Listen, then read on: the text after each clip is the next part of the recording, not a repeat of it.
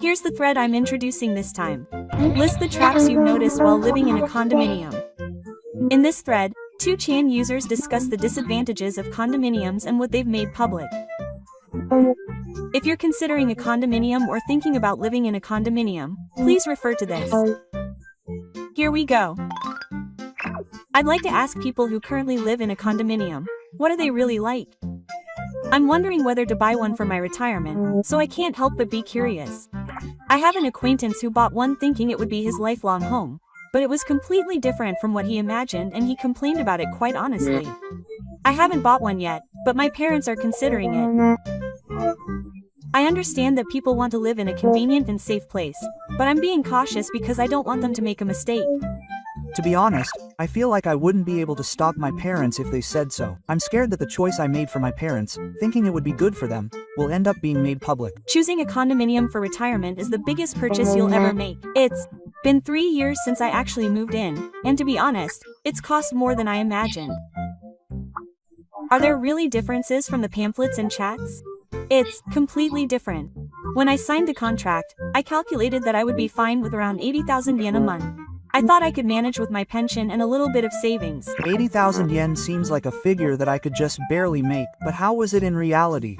For the first 6 months or so, things went as planned. But before I knew it, I was spending almost 100,000 yen every month. I didn't realize that the management fee had gone up.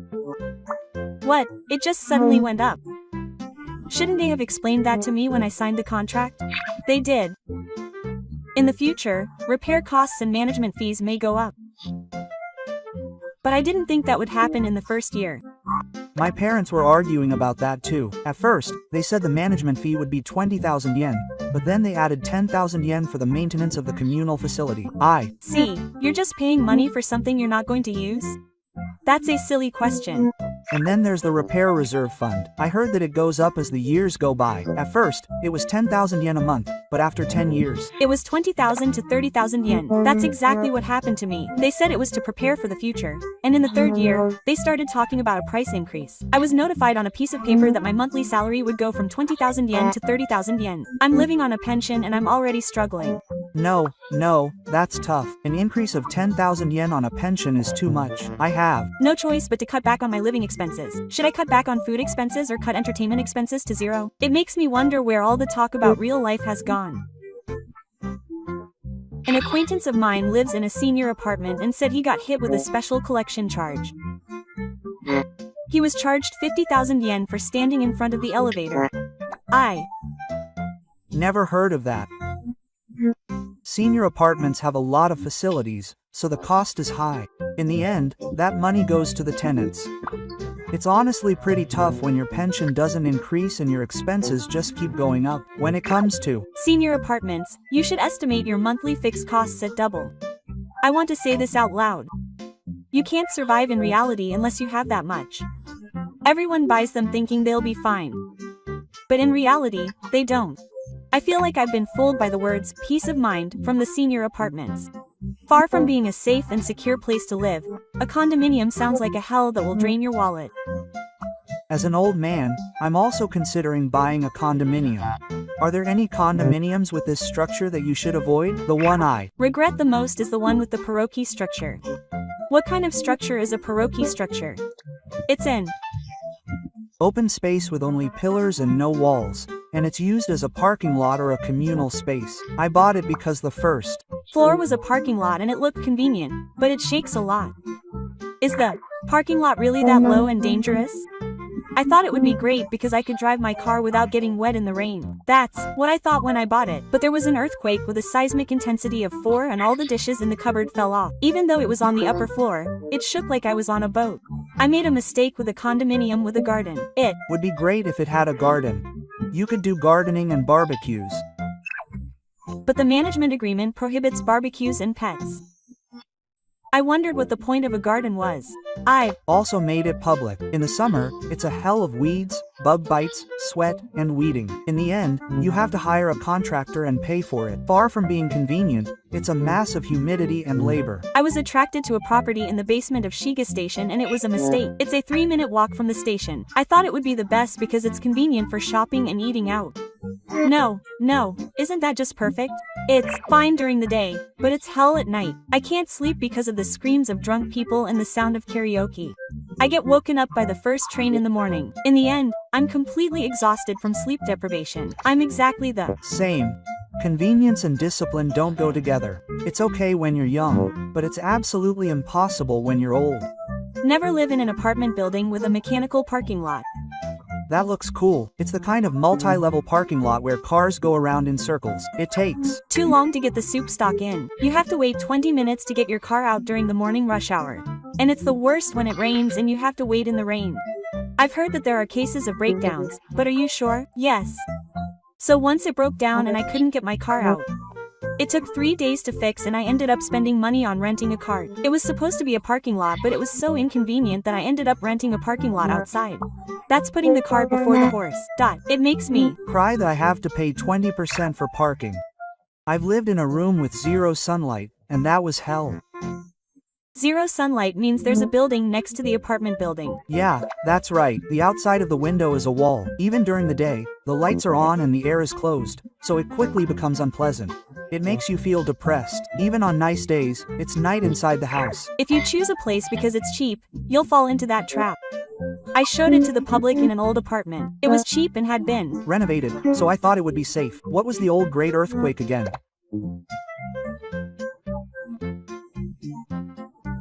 The old great earthquake refers to buildings built to earthquake resistance standards before 1981. But it's called an old earthquake, so it's not that dangerous. That's why. It didn't pass the housing inspection. The bank said the collateral value was low, so I ended up having to increase the down payment in cash. It's not just disaster risk, it also affects the loan amount. Cheap doesn't always equal good, I guess. I was attracted to a basement room and it was a mistake. They said it would be cool in the summer, and having a room like that would be like a secret basement made me excited. The humidity made the futon moldy, and the drainage backed up, making the toilet and bath unusable. When it rained heavily, water came up onto the floor. That's too scary. The basement is too risky. Considering anything other than water, the smell will probably linger, and it won't be able to withstand the mold and drainage. The apartment I bought was a good building, but the management was not functioning properly. Examples of management not functioning properly include the plants at the entrance growing out of control. The notice board is still the same as last year's notice. The garbage area stinks and is hellish in the summer. That must lower the morale of the residents. The mistake I made was the Takata High School property. There was a similar apartment in the same area, but I just liked it and jumped at the chance, only to find that it was more expensive than the market price. Is the market price that important? I feel like it's okay to pay a little more if it's somewhere you want to live, but it's hell when you sell. You won't find a buyer because it's more expensive than others. In the end, you'll have no choice but to lower the price. It's the worst when you lose money both when buying and selling. Real estate agents will never tell you that it's overpriced. If you don't research the market price yourself, you'll be a scam. I was struggling with my monthly expenses and thought about selling my senior apartment. But the reality was cruel. What? Why don't I just sell it? If it was a regular apartment, I'd probably find some buyers even if the price went down. That's the problem. Senior apartments are limited in what they can sell. There are age restrictions and high service fees, so younger people don't get interested. There's almost no chance of people in their 20s and 30s buying senior apartments. But retired people in their 50s and 60s might be interested. The middle-aged generation is a good target. The model was full of people, and there was even a high ratio when it came to signing the contract. But it's completely different when you try to sell it used. Everyone backs out, saying they don't need the service. Wow, that's not true. It looks like a dream life when you buy it, but when you sell it, it's just a burden. How much was the width of the bed? In my case, I bought it for 50 million yen, but I lost 35 million yen. That means I lost 15 million yen in 3 years. It's like buying a new car for 15 million yen and losing it in an accident. No, it's more than that. If you lose 15 million yen while living on a pension, you'll never be able to get it back. The real estate agent said that the market for seniors is immature. It's just that there's little demand. When you think about it that way, the biggest problem is that there's no exit strategy. If it's a small house, even if it's old, the land has value, But with a condominium, the land isn't yours. Has anyone actually sold it? Apparently, the couple in the room next to mine were determined to move back to the countryside, so they finally sold it after 2 years. But the selling price was less than half that. They bought it for 40 million yen, but now they're selling it for 10 million yen. That's a fire sale. Do you have to lower the price that much to get a buyer? What's worse is if you can't sell when you need nursing care and want to move to a facility. It'll cost you 20 times more money. Everyone feels that fear.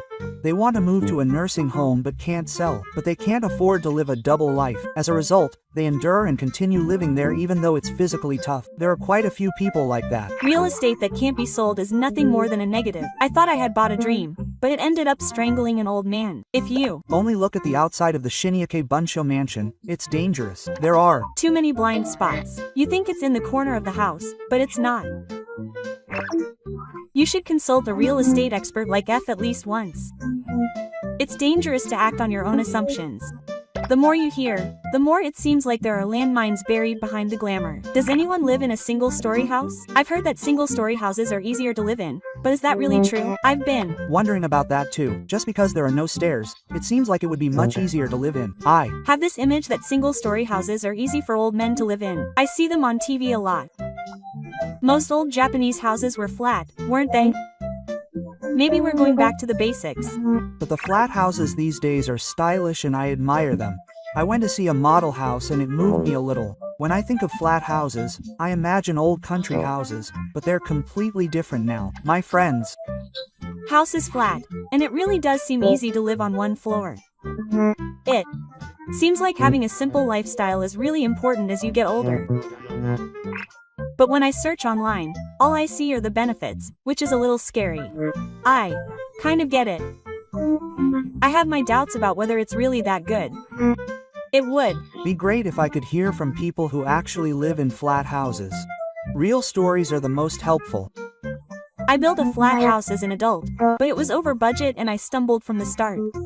Why did I go over the cost? I was considering a 2-story house, but even though the total floor area is the same, the roof and the roof are wider because everything is built in one place. In the end, it ended up costing more than 20% more than a 2-story house. The cost of materials and labor all increase. Many people only realize it after they've built the house because contractors don't emphasize that. I had the same experience. Before I knew it, the initial estimate had exceeded 5 million yen due to additional floor plans and insulation. I had no choice but to use up my savings. 5 million yen is a huge blow. It's going to take up a huge chunk of my retirement funds, and you'll need land too.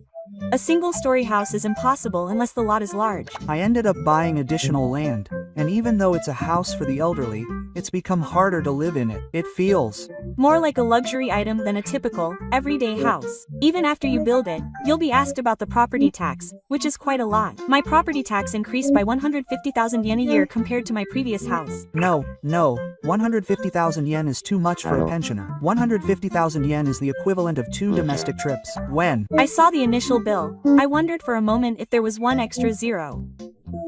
My mind went blank. And the property tax comes every year without fail. Expenses that you can't avoid can take a toll on your mental health. There's definitely comfort there. Living in a ghost house is really easy, but the downside is that your wallet is bleeding. Repair costs are probably high. I heard that having a wide roof is a burden. Part of my roof was damaged in a typhoon, but I got an estimate that was more than 20% higher than my friend's 2-story house. That's scary to think about in the future. It's not just the initial construction, but the long-term maintenance costs are a burden. In other words, the difference in comfort is real. But if you don't have the money, you'll fall into a trap. That's right, a flat house is not a dream home. It's a house that tests your financial resources. My biggest regret is the summer heat. I underestimated insulation and went through hell. What? Is it that hot in a flat house? I thought it would be better than a 2-story house. The wide roof means you absorb a lot of heat. Even if you turn on the air conditioner, it doesn't cool down at all. My electricity bill last summer exceeded 30,000 yen. I couldn't survive without turning the fan speed up to max. That's 30,000 yen a month, on a pension. That's bad. I'm the same.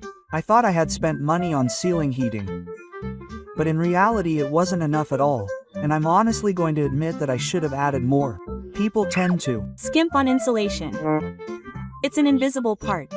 I was also persuaded by sales to do the bare minimum, but I've noticed it since moving in. It's a big deal when the air conditioning doesn't work. It can be life-threatening in the summer, and in a large living room, it takes a long time to cool down.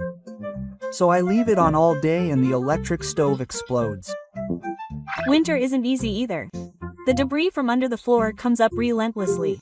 Even after putting on 2 pairs of socks, my feet were too cold to sleep. Didn't They put in underfloor heating? only in the living room. The budget didn't allow for the previous option. But now it's hell not having it in the bedroom. I decided to go for underfloor heating. The construction costs went up, but in the end it was the right decision. It's true that rooms with underfloor heating are comfortable.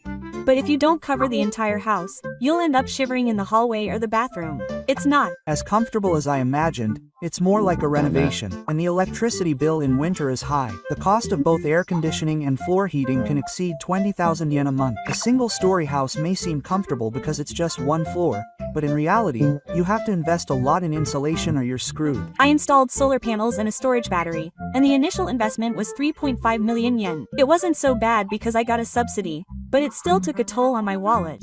So how much did the electric bill go down? I'm Saving about 20,000 yen a month now. It's a propane-powered area, so that helps, but I'm estimating it will take 6 years to recoup the cost. But solar panels require replacing the power conditioner and the heater, right? That's Right.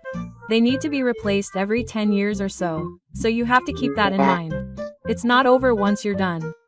The most unexpected thing about living here is privacy. The windows are close to the road, so I'm concerned about people passing by looking at me. Oh, it's so obvious. I have to keep them closed all the time.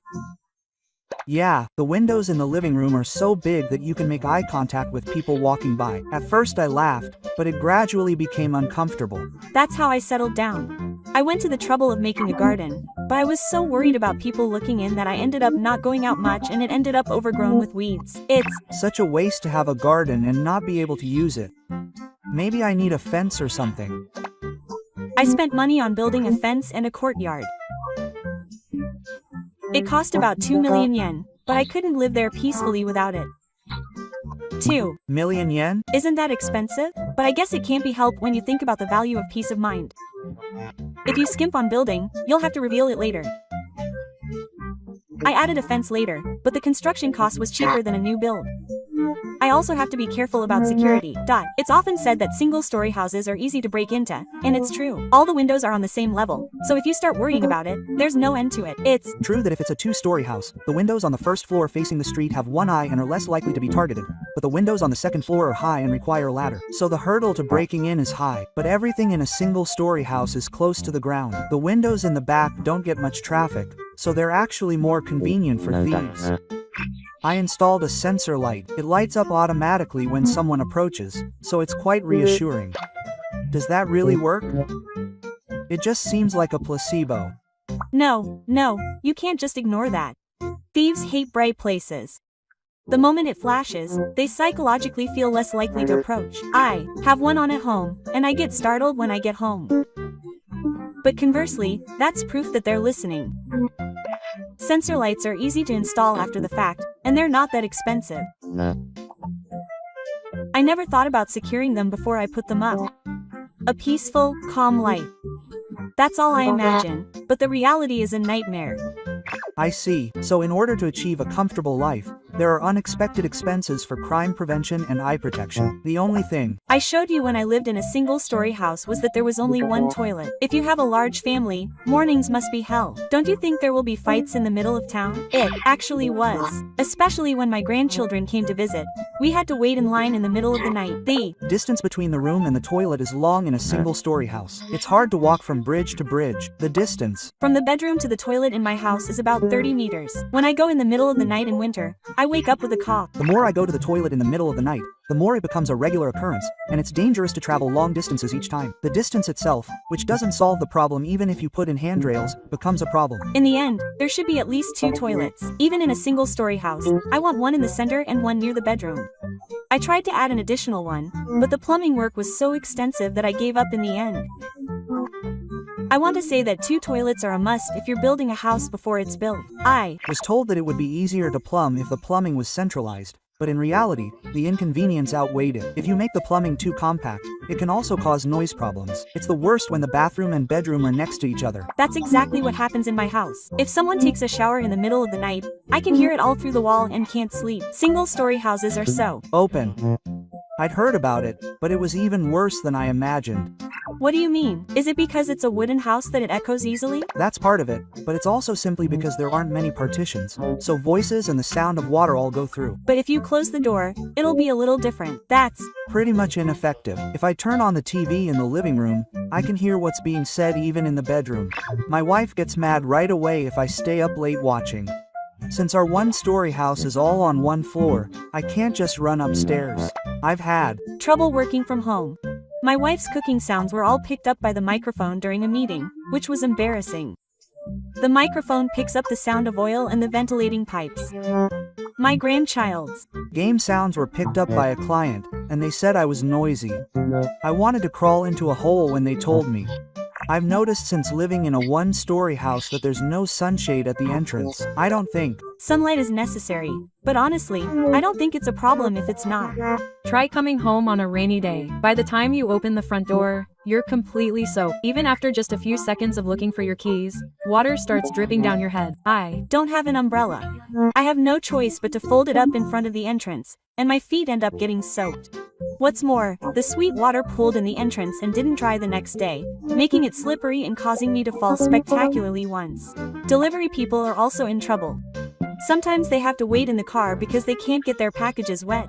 There's also the issue of sunlight. In the summer, the entrance gets scorching hot from direct sunlight and the door is too thick to open. It's inconvenient not being able to have small talk at the entrance. In old houses, you could always stand and chat under the tree. It also provides some shelter for a while, and you can even leave your bike or something. What if you try adding one later? Like a terrace roof? It's pretty expensive if you ask someone to do the survey. It costs tens of thousands of yen, so you should just do it from the start. There are simple ones, but they can come off during typhoons and are dangerous. I asked the staff beforehand and they said it would make the exterior look neat, and I was stupid to take them seriously. The biggest problem I've had since living here is the lack of storage space. Since there are no stairs in a flat, there's naturally no storage space up the stairs. In a two-story house, you can use the space under the stairs for storage, but is that not possible in a flat? That's not all. There's also limited wall space, so there's limited space for shelves. There's less storage space than I thought. So what about underfloor storage? I often see those on TV, and they look convenient. They do exist, but in reality, it's a pain to take things out. It's hard on your back when you have to open the lid and pull things out from the back. In my house, half of the underfloor storage is a pit. Once you put something in, it's a pain to take it out, so you never get it back. So where do you put your stuff? I ended up building a separate storage shed. But that takes up space in the garden, and it's a pain to go outside to get it. I added a shed later, but the property tax also went up slightly due to building regulations. If you don't have enough storage, things will overflow into the rooms, and the neatness of the single-story house will be ruined. I get that. I wanted to live simply, but I'm still struggling with stuff. So why not just design it with more storage space from the beginning? That's difficult. You have to reduce the number of rooms and hallways to make room for storage, and it's hard to find the right balance.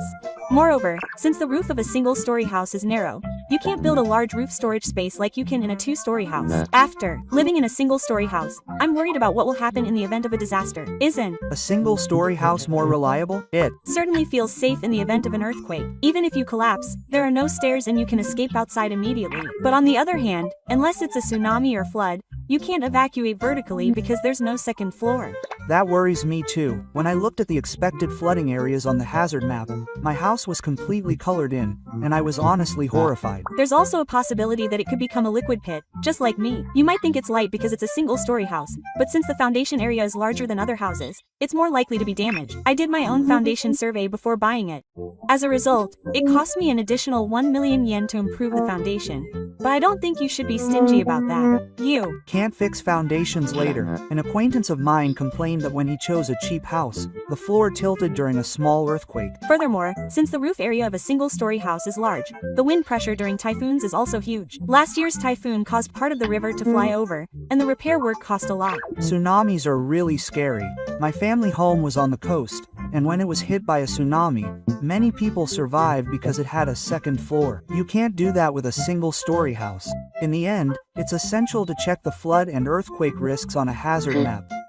You can check it on the local government's website, so let's say you ignore it. Areas with many shrines and temples have traditionally been located on safe, elevated ground. These kinds of criteria for choosing a location are surprisingly important. I've noticed that cleaning is definitely easier when I live in Yuya. There are no stairs, so you only need to clean once. It's really easy to keep up with your daily life. But maintenance costs can easily become a burden. They often ask about the cost of painting the roof and exterior walls. Since the roof is large, there are more areas to paint than in a two-story house. When I took it to a contractor, they told me it would cost 1.2 million yen just for painting, and I couldn't help but ask again. And they'll probably tell me to do it every 10 years. That's going to cost a lot in the long run. If you do the roof and walls at the same time, it can sometimes cost close to 2 million yen. Living on a pension in old age can be quite a burden. But if you leave it alone, it will just pile up and eventually become an unavoidable expense. 2. Be honest, living in a flat is very comfortable. There are no stairs, my knees don't hurt, and it's easy to do everything in one place.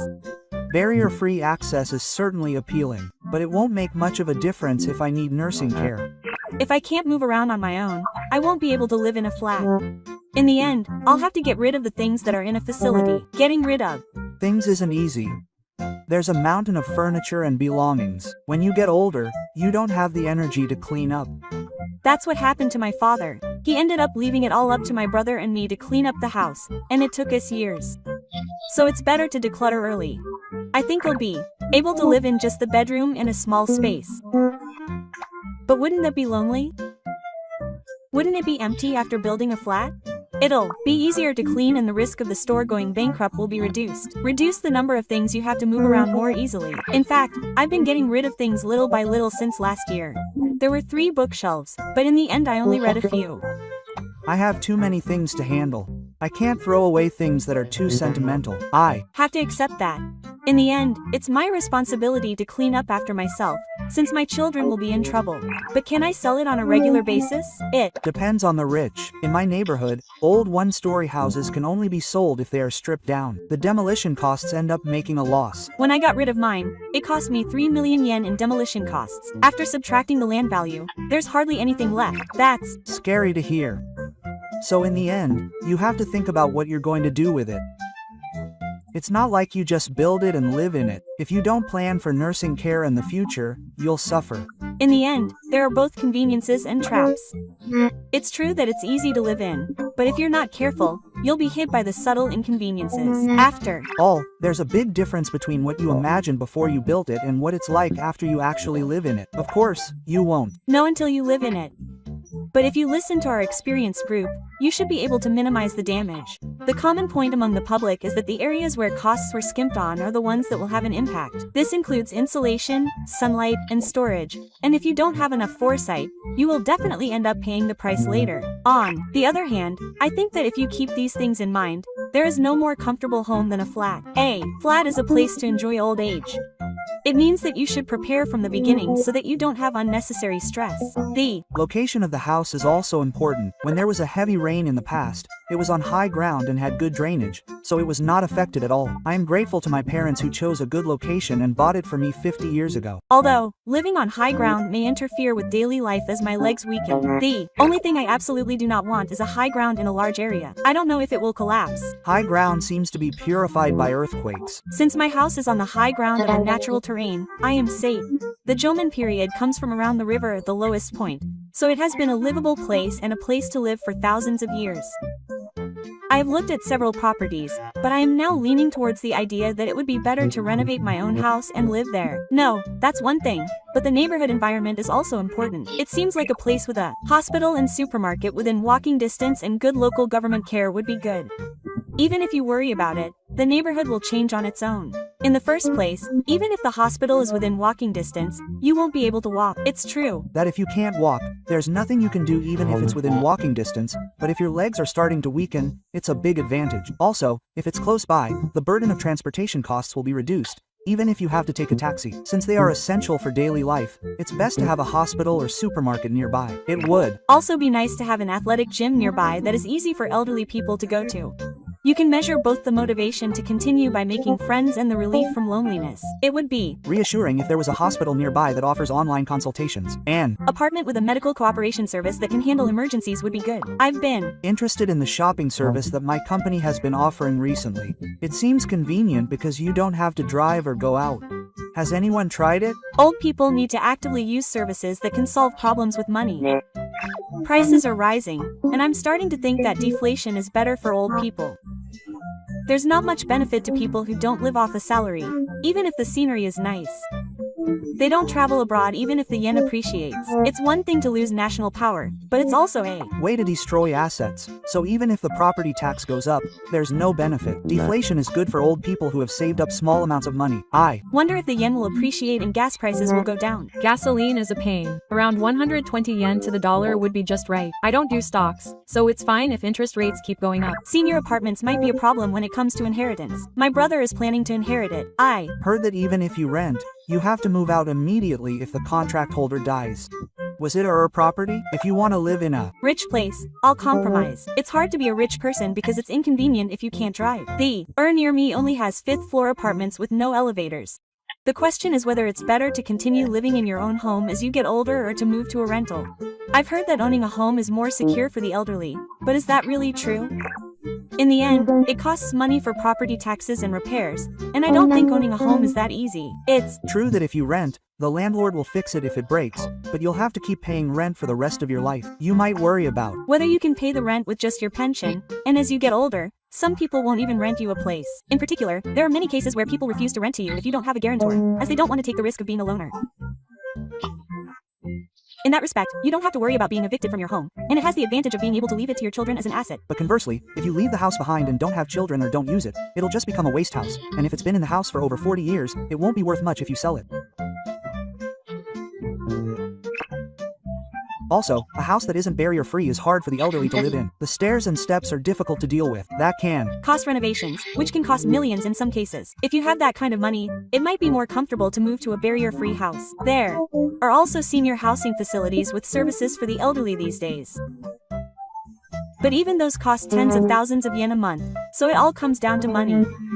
If your pension is only 150,000 yen a month, you'll be struggling just to get by. In that case, you could consider applying for welfare, but that's difficult if you have a home. In some cases, owning a home is considered an asset and you won't be able to receive welfare. Conversely, if you rent and have no assets, you are more likely to receive protection. That's why some people say that owning a house is a hindrance to elderly people. However, some local governments may make adjustments so that people can continue to live there even if they have a house. My family has lived in the area for 30 years, but I'm not sure if I'll be able to live there for another 20 years.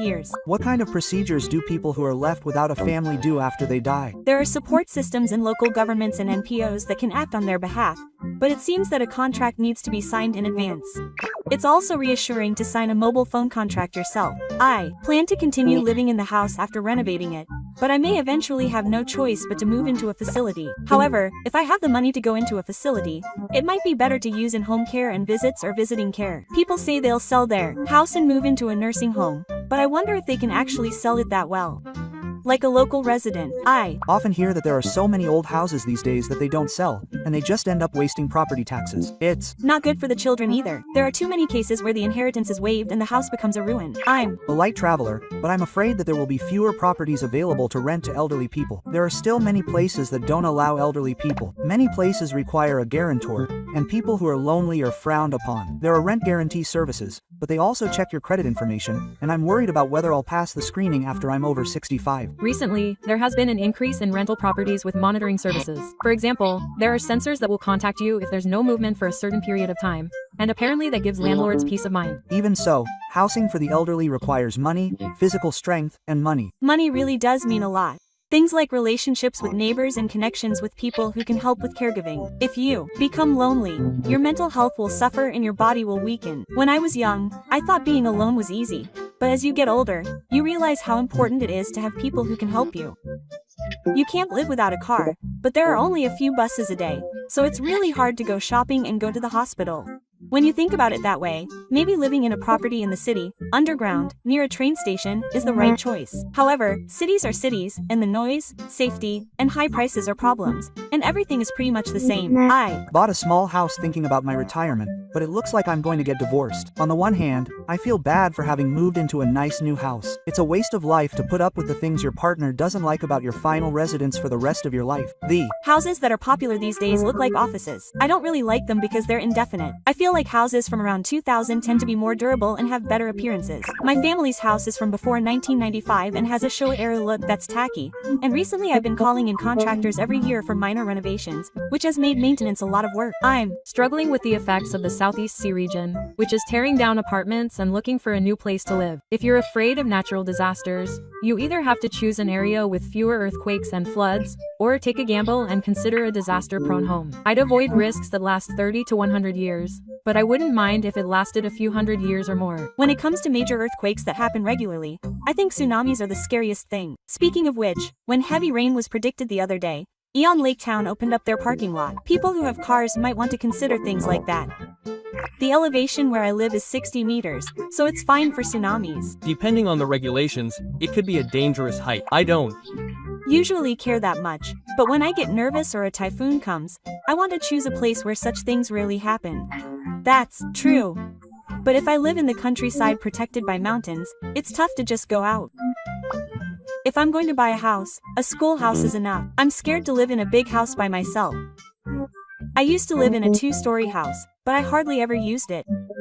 And I was scared to live there at night because I was worried about the two of them. I'm alone. 2. I'm looking for a used apartment of about 50 square meters. I'm aiming for something fairly luxurious and 1 or 2 times a year. I was advised that if I spend a lot of time at home in my old age, it won't be a problem if it's big, but it'll be suffocating if it's too small. When I was walking around the neighborhood early this morning, I saw a lot of elderly people walking and doing exercises even though it was before 7 a.m. I want to live somewhere with places like this. When I get older, I won't be able to walk even a few meters. I want to live somewhere where my children can be nearby. If there are large shopping malls nearby, there will be too many cars and traffic jams, so it might be easier to live somewhere further away. A supermarket within a 10-minute walk is a must. Anything more than 10 minutes is tough for older people. Ultimately, a location with a medical facility nearby would be ideal. It would be nice to have a large-scale facility with a medical facility nearby. I'm thinking about changing my driver's license soon, so traffic congestion doesn't matter. The distance From the parking lot to the sales floor at Eon Mall is too far. If I forget to buy a single bottle of milk,